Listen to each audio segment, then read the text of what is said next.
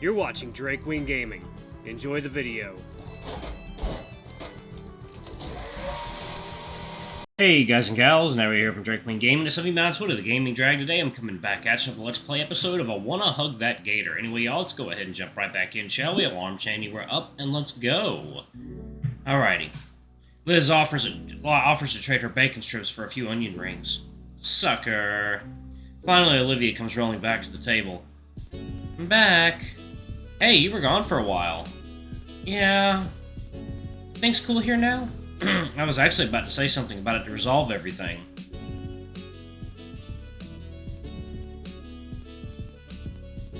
That's not gonna work. Can't decide who's right, my friends. I think you both have some good points, but there's a bigger picture that we all need to see. Deep down, both of you want to be friends, so why not turn over a new leaf starting today? Is that it? Pretty much, yeah. So, are we good? Sure, I guess. Yeah. That went much better than expected.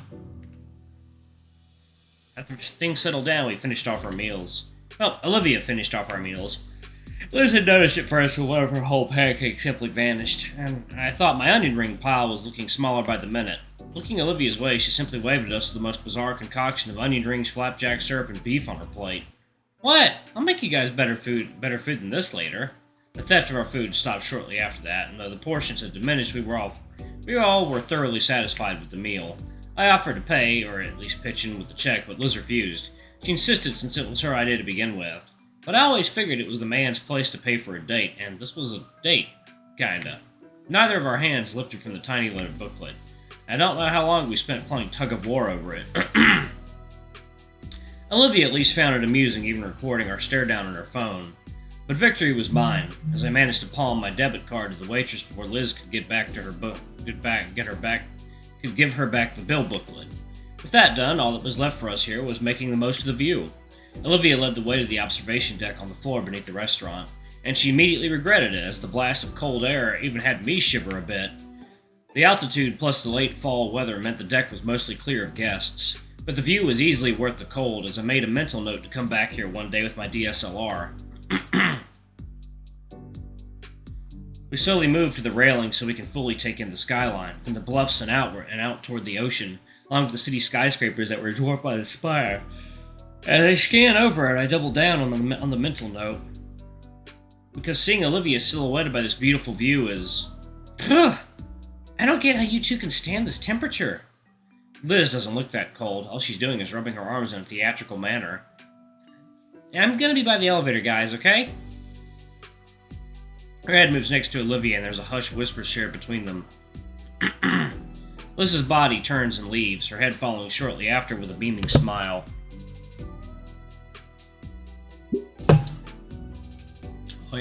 Oh yeah, buddy, you in trouble. You done fucked up.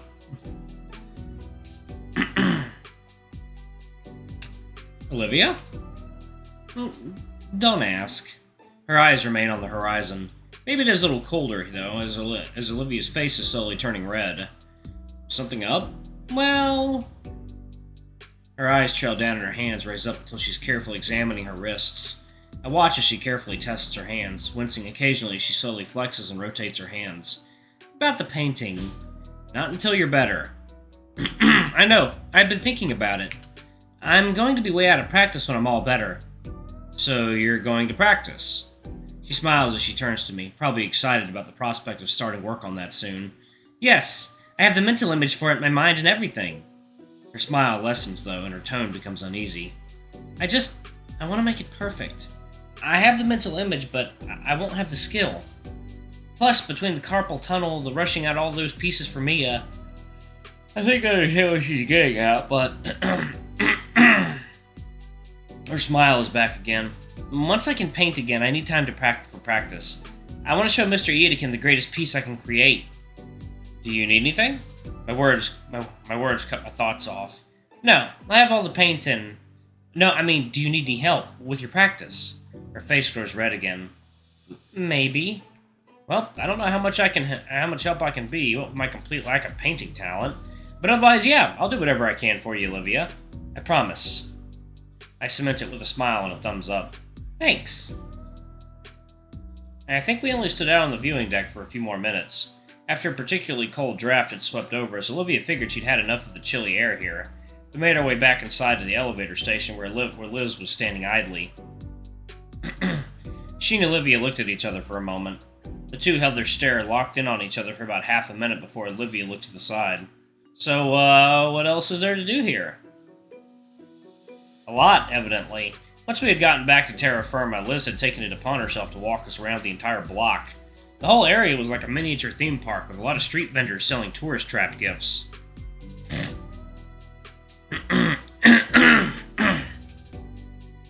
We spent the rest of the day just wandering the city park here, enjoying the late fall day to the best we could.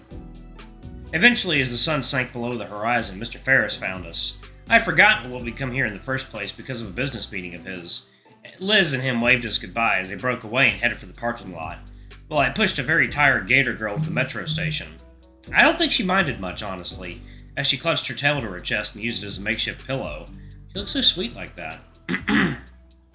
As the perfect background for my phone. She must never learn of this, though, because I don't think I'd survive. But it'd be worth it. After going home that night, Olivia texted me all night, well into the morning.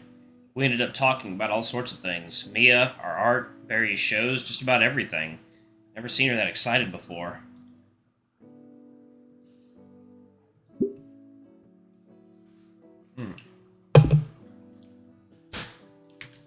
For someone with sore hands, she sure types fast. And for someone that doesn't much like talking at all, she sure types a lot. I certainly can't keep up. And when she didn't want to talk, she sent more doodles and sketches. Sleep wasn't really an option on my end either, and Gut's doodle ventures were quite entertaining to read. Since then, we've been texting more every night. Not as much, since I do need my sleep. But right now, I'm just waiting for my art class to end. Mr. Triggums is apparently one of those substitutes that demands complete silence until class is over, but doesn't care beyond that. So even though I'm sitting about 2 feet away from Olivia, we're having to text each other. She's quite the storyteller with these doodles. Like, right now, as I try to keep up with the tale of Guts writing up. What's he writing again? He's piloting the main golem from Gundam Finn. A giant robot for one of the shows she's been wanting us to watch together. I mean, we would. I totally want to. Just Olivia and I sitting side by side on my couch. Maybe as we're getting tired, we start leaning against each other. I could even offer to keep her Whoops. Catching my phone at the precipice of my desk, I see that Olivia had sent an even more detailed version of the previous Guts drawing. Oh, that's cute. And this is why, for how dumb as it is, Finn is still fun to watch. I don't get it. You almost didn't get your phone just now. If you'd watch it, you would. One day, maybe. Though only if it's with her. One day, yes. Ah, crap. Teacher. Don't want to lose my phone. Okay. After a couple minutes without any alerts, I accept the Gator Girl really is done for now. With a quick look at the clock on the wall, I figure I've got a few more minutes before I absolutely must hide my own phone. Edekin's been out for about a week and a half, so we've been stuck with Mr. Triggums. Apparently he doesn't like electives. I swipe back, looking through the pieces she'd sent me over the last couple hours. A lot of references go over my head, but the few that don't earn a hearty chuckle from me. Then there's the more detailed ones, the drawings that'd be good enough to actually render.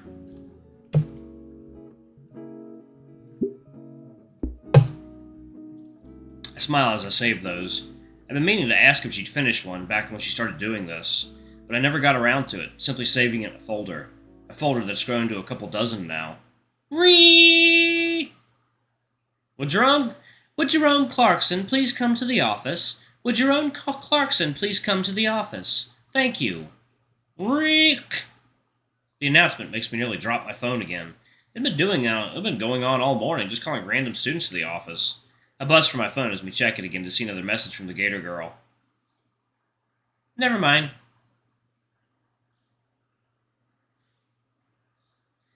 Teach is acting weird today. Weird. I look at our substitute.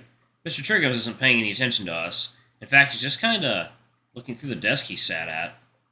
Weird. Same here. Think it has something to do with the office thing?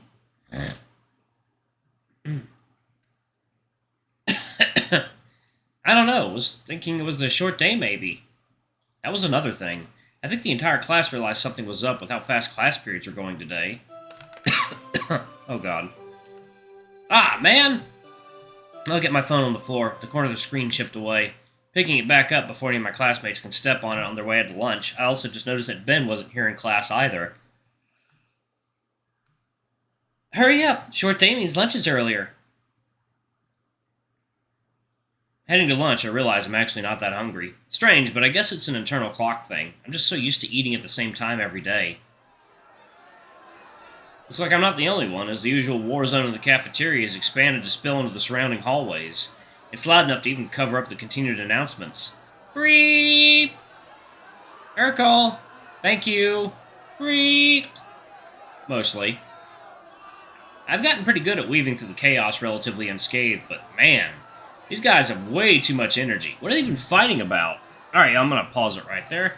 Thank you all so much for watching. Don't forget to like, comment, subscribe, ring that notification bell, and check out our Patreon if you can. It always helps. Anyway, I love you all, and I'll see you all in the next video. Bye-bye!